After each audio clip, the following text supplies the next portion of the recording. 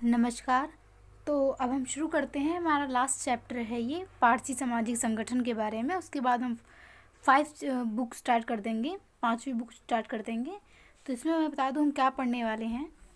भारत में पारसी समुदाय की रूपरेखा में पढ़ेंगे, उनके उद्भव के बारे में कि वो कहाँ से आए, वह उद्भव किस प्रकार हुआ, और जनसंख्या के बारे में जानेंगे। उसके बाद सामाजिक आर्थिक जीवन में भूमिका के बारे में जानेंगे। उसके बाद हम पढ़ेंगे पारसी धर्म के सिद्धांत के बारे में कि उनका जो सिद्धांत है उनके धर्म का वो क्या है। उसके बाद पढ़ेंगे सामाजिक संगठन के विभिन्न पहलू के बारे में, जो सामाजिक संगठन कह सकते हैं, जैसे शिक्षा दीक्षा प्रारंभ कहाँ से होती है, मृत्यु संबंधी जो अनुष्ठान होते हैं वो कैसे होते हैं इनमें, और विवाह और परिवार के बारे में जानेंगे। उसके बाद जानेंगे वंश के बारे में जानेंगे, और उत्तराधिकारी के बारे में जानेंगे। पारसी पंचायत के बारे में जानेंगे और त्यौहार के बारे में जाएंगे। उसके बाद ये हमारा 4 चैप्टर कंप्लीट हो जाएगा। तो हम शुरू करते हैं भारत में पारसी समुदाय की रूपरेखा के बारे में कि उनका उद्भव कहाँ से हुआ। इसमें मैं बता दूं कि हमारा जो उद्देश्य होगा इसको पढ़ने का वो क्या होगा, क्या चीज़ इसमें मेन चीज़ हमें जानना होगा। तो मैं आपको बता दूं, उस पर आप ध्यान से सुनिएगा। भारत में पारसी धर्म के उद्भव की रूपरेखा के बारे में जानना होगा, ये ध्यान रखिएगा। और पढ़ेंगे भारत में पारसी लोगों की जनसंख्या के बारे में और उनके विवरण के बारे में जानेंगे। और सामाजिक आर्थिक जीवन में पारसियों की भूमिका के बारे में जानेंगे। तो हम शुरू करते हैं, सारी चीज़ों पे आपको ध्यान देना होगा। तो आगे बढ़ते हैं, उद्भव से शुरू करते हैं। उद्भव और भारत में पारसी अवस्थिति। पारसी धर्म संसार के सबसे प्राचीन धर्मों में से एक है पारसी धर्म। इसका नाम जरथुसुम के नाम पर रखा गया, जो कि संभवतः प्रथम सहस्त्रवादी ईसा पूर्व के प्रारंभ में हुए थे। इतिहासकारों ने उनका जीवनकाल लगभग 4वीं से 9वीं शताब्दी के बीच में माना। 9वीं से 4वीं से लेकर 9वीं के बीच में माना उनका इतिहास अगर बात करें जिनके जीवन काल से जुड़ी। पारसी धर्म का एक अन्य नाम है माजदा धर्म। इनके धर्म का एक अन्य नाम भी है माजदा धर्म, जिसको अगर माजदा धर्म की बात की जाए तो इसको जरूरतन भी माना जाता है, समझा जाता है। माजदा धर्म और यह धर्म के परमेश्वर माजदा का अर्थ होता है बुद्धिमान भगवान। धर्म परमेश्वर के नाम से लिया गया है। अहूर मजादा के प्रतीक के रूप में अग्नि की पूजा की जाती है। तो कह सकते हैं अग्नि की पूजा इस धर्म में महत्वपूर्ण मानी जाती है। इनमें जो धर्म की बात की जाए तो इनमें अग्नि की पूजा को सर्वश्रेष्ठ माना गया है, एकदम कह सकते हैं बहुत ही मेन माना गया है। धर्म के रूप में अग्नि की पूजा की जाती है क्योंकि पवित्रता तथा क्रांति अग्नि की विशेषता है। पवित्रता के लिए अग्नि को जाना जाता है और क्रांति के लिए भी अग्नि को ही जाना जाता है। तो कहीं ना कहीं ये इनकी विशेषता है, जो ये अग्नि के रूप में, धर्म के रूप में अग्नि की पूजा करते हैं। आगे बढ़ते हैं। पारसी धर्म की जड़ें ईरानी आदिवासियों और मूलतः चरवाहा समाज में पाई जाती हैं। कहाँ पे? चरवाहा समाज में इनकी जातियाँ पाई जाती हैं, ईरानी आदिवासी। ऐतिहासिक शोधकार ये संकेत करते हैं कि ऐतिहासिक दृष्टि से, अगर पुरानी चीज़ों की बात करें, ऐतिहासिक दृष्टि से इस धर्म का उद्भव ईरानियों के पूर्व और दक्षिण मध्य क्षेत्रों में हुआ। इनका जो उद्भव हुआ वो पूर्व और दक्षिण मध्य क्षेत्रों में हुआ। इसका प्रारंभ हिंदुवंश और शेषतान की विशाल पर्वत श्रेणियों के बीच हुआ।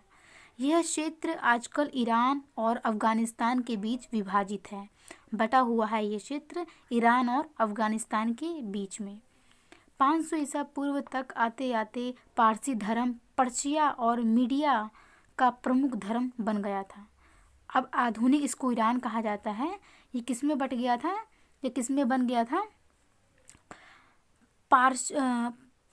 पर्शिया और मीडिया का प्रमुख धर्म बन गया था।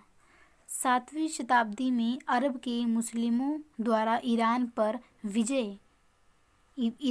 विजय वहाँ पर पारसी धर्म के बढ़ते हुए प्रभाव के लिए चुनौती बन गई। पारसियों का दुनिया के अन्य क्षेत्रों की तरफ निगमन अथवा सामूहिक प्रवास ईरानियों के बलपूर्वक इस्लामीकरण करने के प्रत्यक्ष परिणाम के रूप में देखा जा सकता है। तो कहीं ना कहीं बहुत बड़ी संख्या में लोग, जो पारसी लोग थे, वो अलग अलग अलग देशों में जाने लगे, सामूहिक रूप से कह सकते हैं कि वो अलग अलग देशों में जाने लग गए। कहीं ना कहीं जो इस्लामिक वहाँ पर प्रभुत्व हो गया था, ईरानियों के बलपूर्वक इस्लामीकरण करने के प्रत्यक्ष परिणाम के रूप में देखा जा सकता है। आगे बढ़ते हैं। लगभग 8वीं शताब्दी में भारत में पारसी धर्म का आविर्भाव देखा गया। भारत में कब देखा गया पारसी धर्म का? 8वीं शताब्दी में। ये कहा जाता है कि 766 ईस्वी सन के आसपास पारसियों का पहला जत्था दीपू पहुंचा था। पहला जत्था भारत में कब पहुंचा पारसियों का?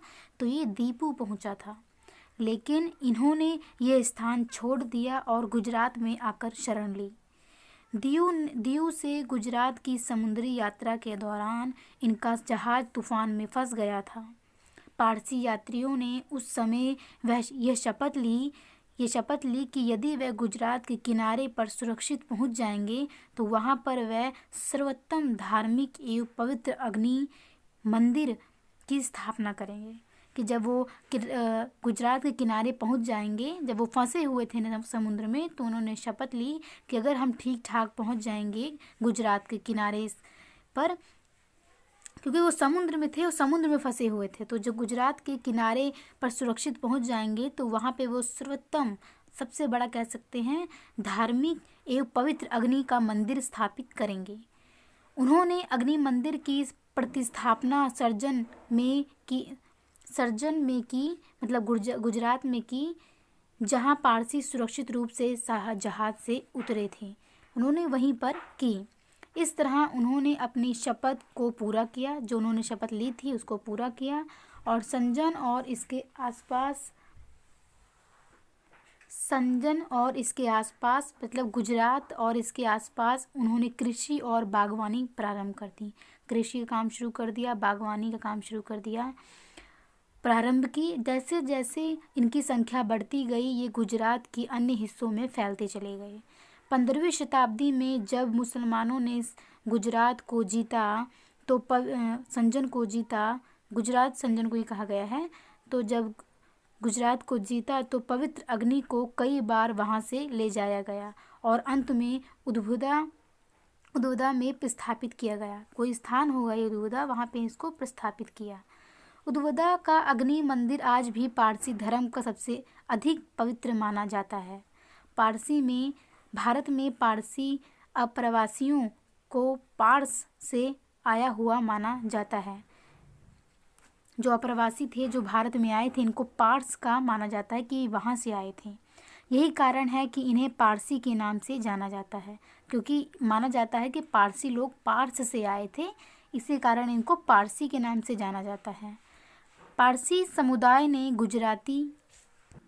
गुजराती भाषा को अपनी सरकारी कामकाज की भाषा के रूप में अपनाया। पारसी लोगों ने अपनी गुजराती भाषा थी उसको सरकारी कामकाज के रूप में अपनाया। आइए अब हम इनकी जनसंख्या के बारे में जानकारी प्राप्त करें। तो जनसंख्या के बारे में जानकारी लेते हैं।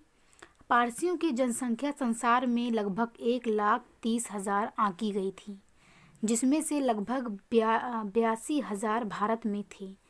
इसमें से लगभग 75% से अधिक बम्बई में रहते थे। भारत में पारसियों की जनसंख्या लगभग 80,000 से 82,000 के बीच में थी भारत में। ये आंकड़े 1881 से लेकर 1981 तक की जनगणना के आधार पर इकट्ठे किए गए थे। जब जनगणना की गई थी 1881 से लेकर 1981 की, उसी के आधार पर इन्होंने ये जनसंख्या बताई। 80,000 से लेकर 82,000 की जनसंख्या आंकी गई पारसियों की। और 1991 में पारसियों की संख्या घटकर 76,382 रह गई। भारत में पारसी समुदाय मुख्यतः महाराष्ट्र और विशेषकर बम्बई, गुजरात और दक्षिण में रहते हैं। पारसी लोगों की बात की जाए तो ये यहाँ पे रहते हैं। और 1991 में 79.2% पारसी महाराष्ट्र में तथा 16.42% गुजरात में रहते हुए पाए गए। महाराष्ट्र में और गुजरात में रहते हुए पाए गए। आगे बढ़ते हैं। सामाजिक आर्थिक जीवन में भूमिका इनकी कैसी है, तो सामाजिक आर्थिक जीवन में जानते हैं। 1300 वर्षों से भी पहले भारत में आकर बसे हुए पारसियों ने भारत की आर्थिक, राजनीतिक, शैक्षणिक और सामाजिक जीवन में महत्वपूर्ण भूमिका निभाई है और ये भारत का एक महत्वपूर्ण भाग रहे हैं। मुस्लिम शासकों के पहले तथा इसके दौरान इन्होंने मुस्लिम राजाओं से पहले नहीं, मुस्लिम शासन की बात की गई, शासक नहीं, मुस्लिम शासन के पहले तथा इसके दौरान इन्होंने ज़रूरत के समय पर हिंदुओं राजाओं का समर्थन दिया था। पारसी लोगों ने मुग़ल प्रशासन में भी इन्होंने महत्वपूर्ण भूमिका निभाई थी। जब मुग़ल थे, प्रशासन था मुग़ल का, उसमें भी इन्होंने महत्वपूर्ण भूमिका निभाई थी। ब्रिटिश के आगमन के पश्चात ये उन प्रथम लोगों में से थे जिन्होंने पश्चिमी जीवन शैली और अंग्रेजी शिक्षा को अपनाया। ये पहले थे जिन्होंने अंग्रेजी भाषा या वहाँ के पहनावे को, यहाँ के फूड को इन्होंने अपनाया। ये पहले थे।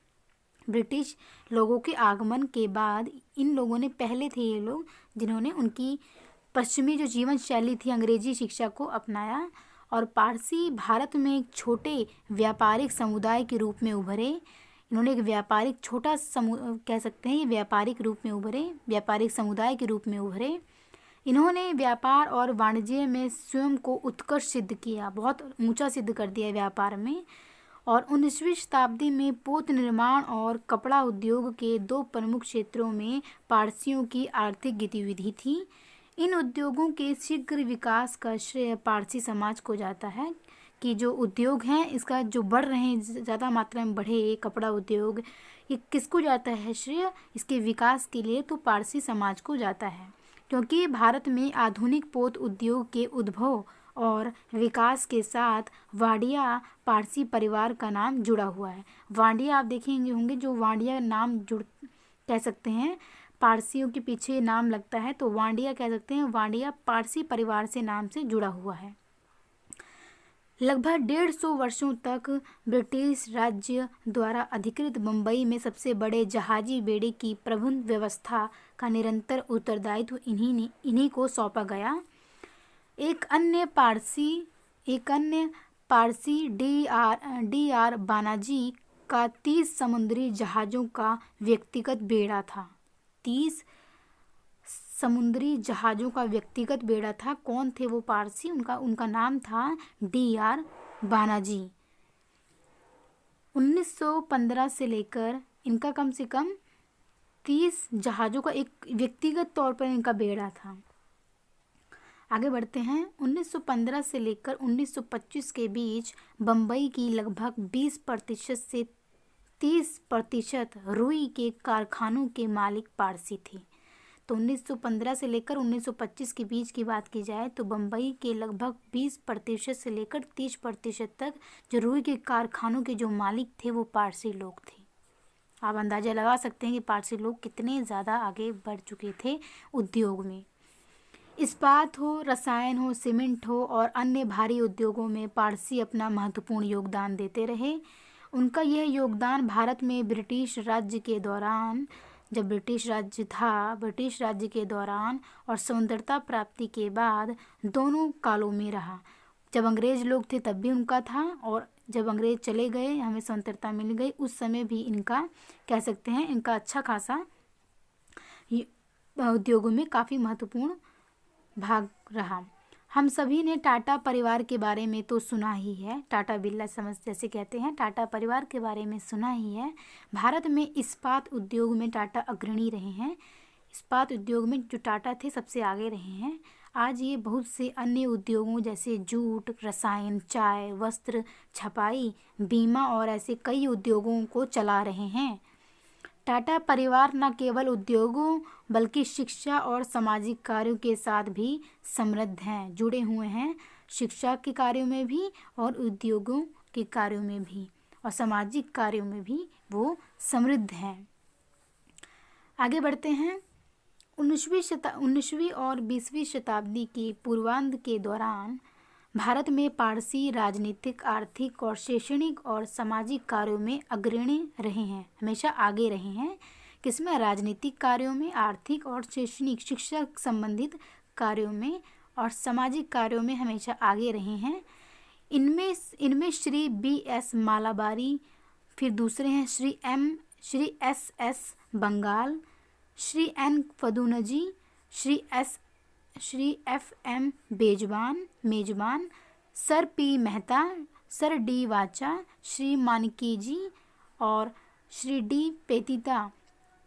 कई सारे हैं ऐसे, श्री J. टाटा, कई सारे ऐसे मिलेंगे जो उनके अंतरिक्त अन्य बहुत से प्रसिद्ध पारसी नाम सर्वोदित हुए हैं। तो सारे कितने लोगों के बारे में इन्होंने बताया हुआ है। इनमें से आप 2-3 लाइंस याद कर लीजिएगा, जैसे श्री B.M. मालाबारी या टाटा। तो इन्होंने ऐसे कार्य किए हैं जिनकी वजह से इनके नाम से जाना जाता है। पारसी नाम सर्वोदित हुआ है, कहीं ना कहीं ये सब पारसी थे और उनका नहीं, कहीं ना कहीं इनके नाम से इनको जाना जाता है। जैसे टाटा जी को उनके नाम से ही जाना जाता है। तो आगे बढ़ते हैं। भारत में पारसी एक छोटे से व्यापारिक समुदाय के रूप में उभरे थे। एक छोटा इन्होंने व्यापार किया था, उसी से ये समाज में कहीं ना कहीं उभरे थे। समुदाय व्यापार के रूप में उभरे थे। धीरे धीरे कुछ एक परिवार औद्योगिक उद्यमियों, व्यापारियों, शिक्षाविदों, समाज सुधारक, वकीलों के रूप में और अन्य बहुत से क्षेत्रों में सफल हुए।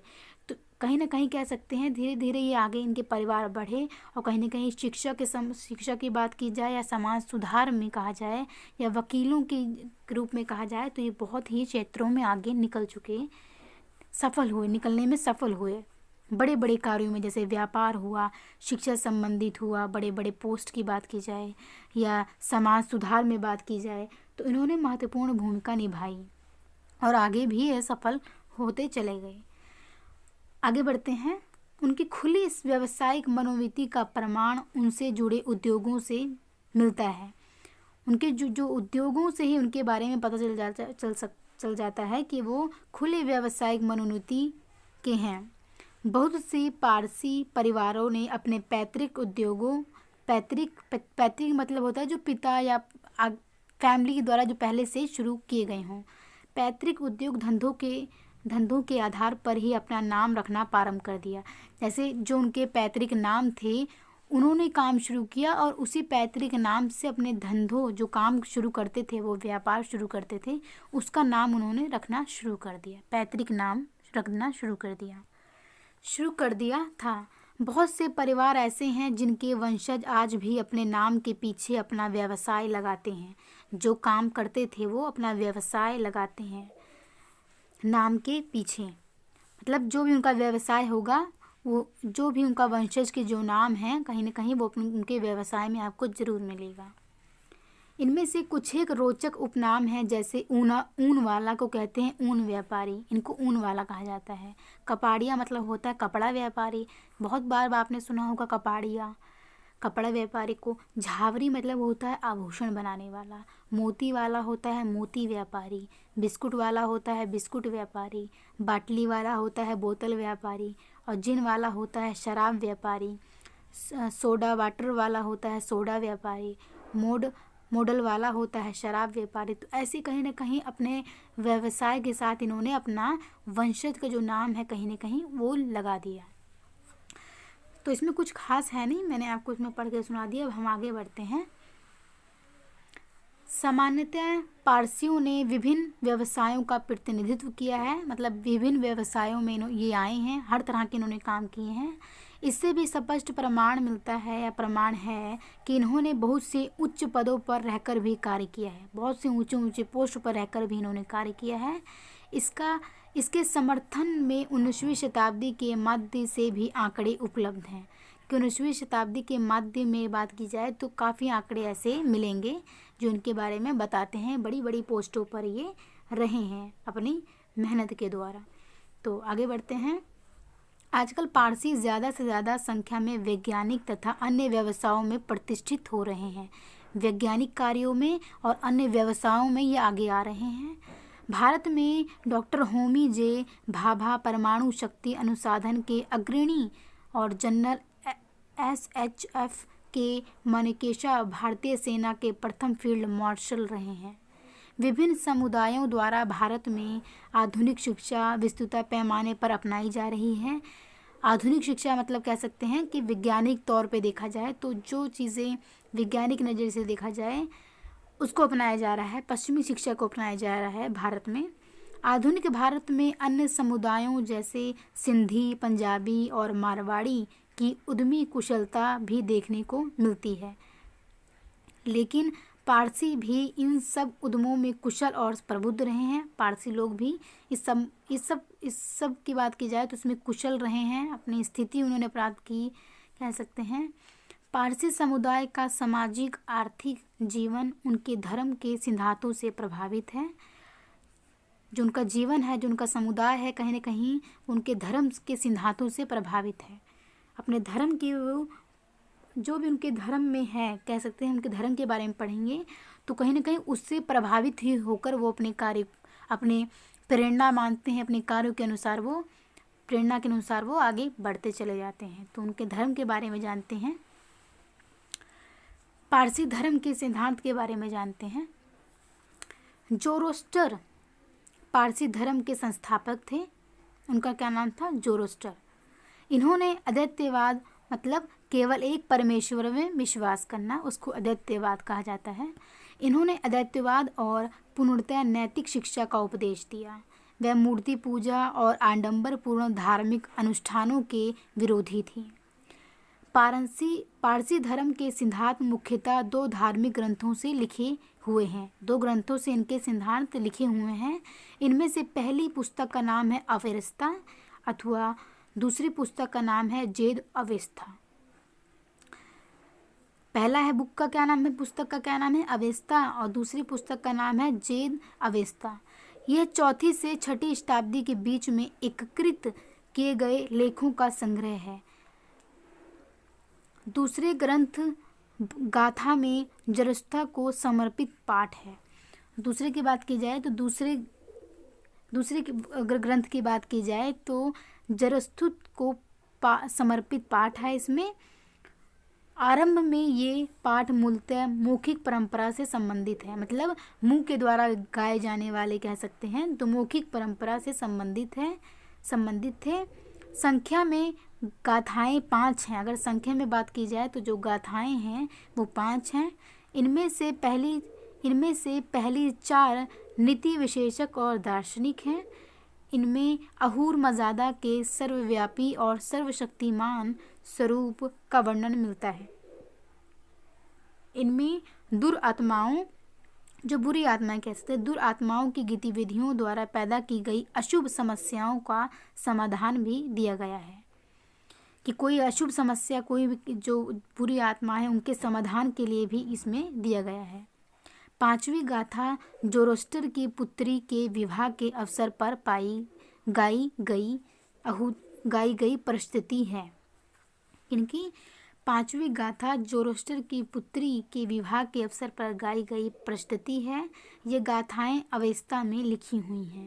ये जो गाथाएं हैं जो विवाह के दौरान जो गाई गई थी, ये अवेस्ता में आपको मिलेंगी, अवेस्ता में लिखी हुई हैं, जो कि वैदिक संस्कृत से बहुत मिलती जुलती है। जो वैदिक संस्कृति है वो उससे बहुत मिलती जुलती है। अहूर मजादा को सर्वोच्च ईश्वर माना जाता है। जो अहूर मजादा हैं इनको सबसे सर्वोच्च ईश्वर माना जाता है। उसे ही स्वर्ग और पृथ्वी, दिन और रात, प्रकाश और अंधकार का रचयिता माना जाता है। किसे? अहूर मजादा को ही इन सब का रचयिता माना जाता है। स्वर्ग का, पृथ्वी का, दिन रात का, प्रकाश और अंधकार का रचयिता माना जाता है। जीवन को अच्छाई और बुराई की शक्तियों के बीच संघर्ष के रूप में समझा जाता है, कि जीवन या तो अच्छाई की उसमें निकल जाएगा या बुराई की उसमें निकल जाएगा। तो कहीं ना कहीं जीवन को अच्छाई और बुराई की शक्तियों के बीच संघर्ष के रूप में समझा गया है। आगे बढ़ते हैं हम। आज्ञामेन्यु को दुरात्मा माना गया है। किसे? बुरी आत्मा माना गया है आज्ञामेन्यु को। मनुष्य को अच्छाई और बुराई में अंतर समझना चाहिए। जोरोस्टर ने नीति शास्त्रीय द्वैतवाद का प्रचार किया। किसने? जोरोस्टर ने नीति शास्त्रीय द्वैतवाद का प्रचार किया, जिसमें अच्छी और बुरी आत्माओं के अस्तित्व का वर्णन किया गया है। तो आपको दैत्यवाद में क्या मिलेगा? अच्छी और बुरी आत्माओं का वर्णन मिलेगा। उन्होंने अच्छी व बुरी भावनाओं से प्रेरित होने वाली मानवीय क्रियाओं के मतभेद पर विशेष ध्यान दिया कि अच्छी और बुरी जो क्रियाएं होती हैं जो मनुष्य करता है उसके बारे में उन्होंने विशेष ध्यान दिया। विचारों, भाषा और कर्मों की पवित्रता का अभिप्राय अच्छाई करने के दृढ़ संकल्प से है। कैसे? विचारों, भाषा और कर्मों की पवित्रता का अभिप्राय अच्छाई करने के दृढ़ संकल्प से है, मजबूत संकल्प से है। कोई भी कार्य जो इस भावना से प्रेरित नहीं होता वह बुरे कामों की ओर प्रवृत्त हो जाता है, उसको बुरा काम समझा जाता है। अतः मनुष्य का प्रथम कर्तव्य है कि वह धर्मपरायण जीवन व्यतीत करे। हर व्यक्ति को अपनी सृष्टा अहूर मर्यादा के साथ साथ दुरात्माओं के विरुद्ध संघर्ष करना चाहिए, बुरी आत्माओं के विरुद्ध संघर्ष करना चाहिए।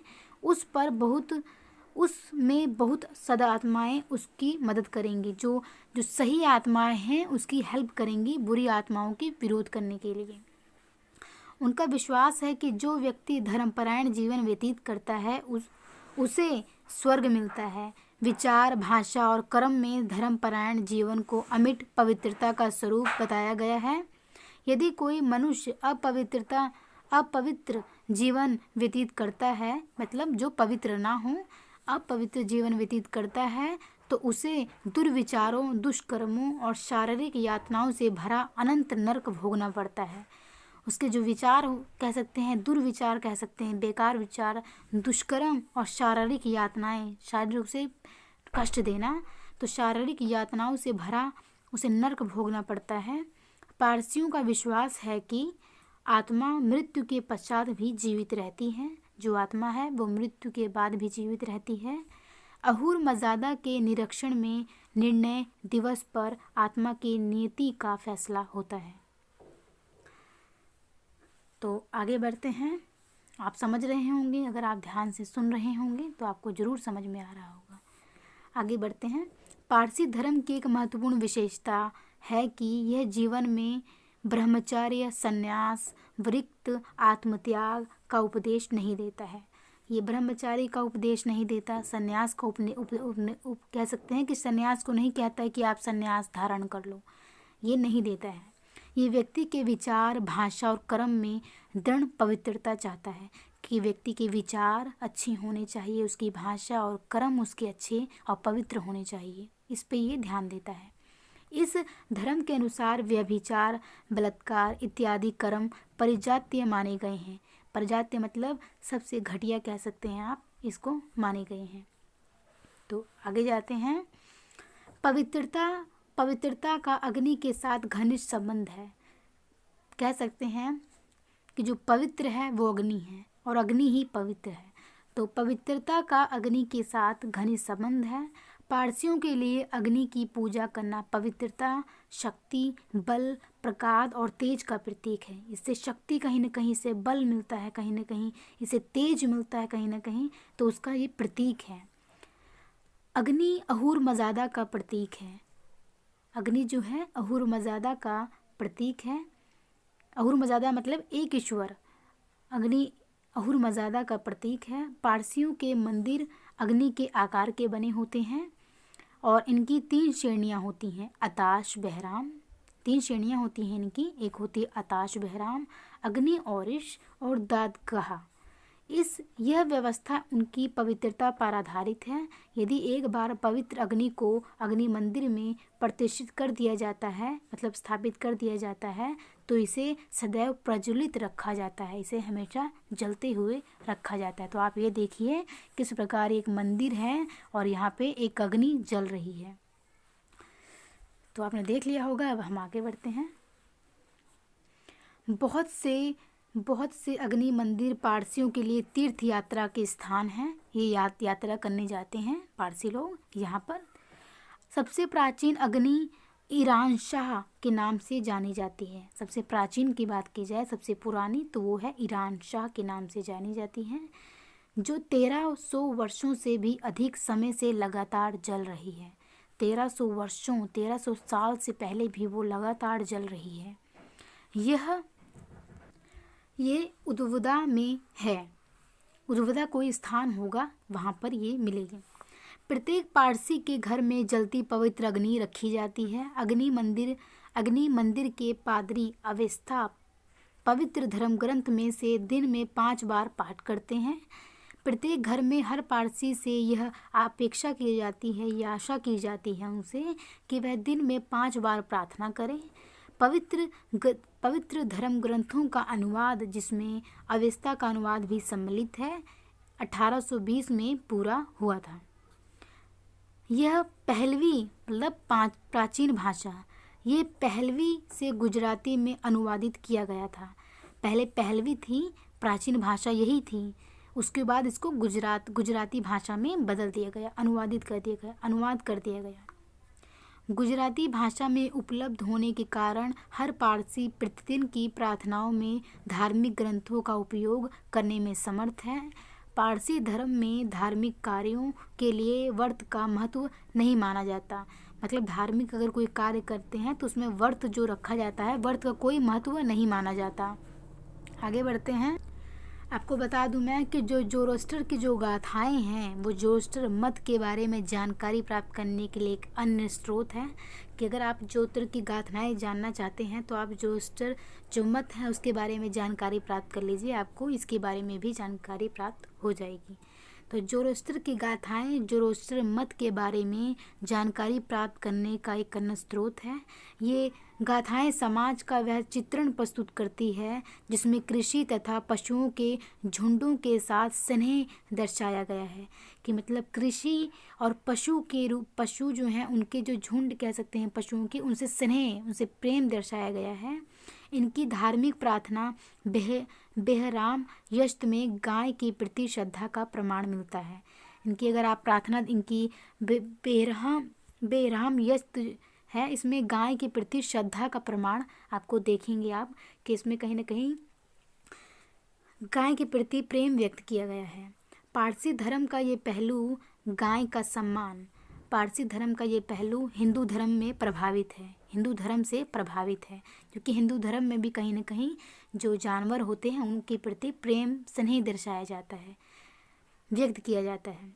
तो कहीं ना कहीं ये हिंदू धर्म से प्रभावित है, क्योंकि हिंदू धर्म में भी गाय को पवित्र माना जाता है। अब कुछ धार्मिक अनुष्ठानों, कार्यों तथा रीति रिवाजों की चर्चा की जाएगी जिनकी पारसियों के द्वारा जन्म, शिक्षा, दीक्षा, मृत्यु, विवाह और परिवार में पालन किया जाता है। ये अनुष्ठान पारसियों के विश्वास को दर्शाते हैं। ये अनुष्ठान उन सभी रूपांतरण मतलब होता है बदलाव, उन सभी बदलावों को दर्शाते हैं जो पारसियों ने स्थानीय प्रभुत्व के लोगों और उनके प्रशासकों, उनके राजाओं के तत्कालीन प्रांतस्पिक प्रभाव के फलस्वरूप किए हैं। तो अगली चर्चा में हम क्या जानेंगे, उनके धर्म ग्रंथ के बारे में जानेंगे, शिक्षा दीक्षा के बारे में जानेंगे। तो आज के लिए इतना ही। Thank you so much. कल हम नेक्स्ट वीडियो में ये लेकर आएंगे। आज के लिए बाय बाय।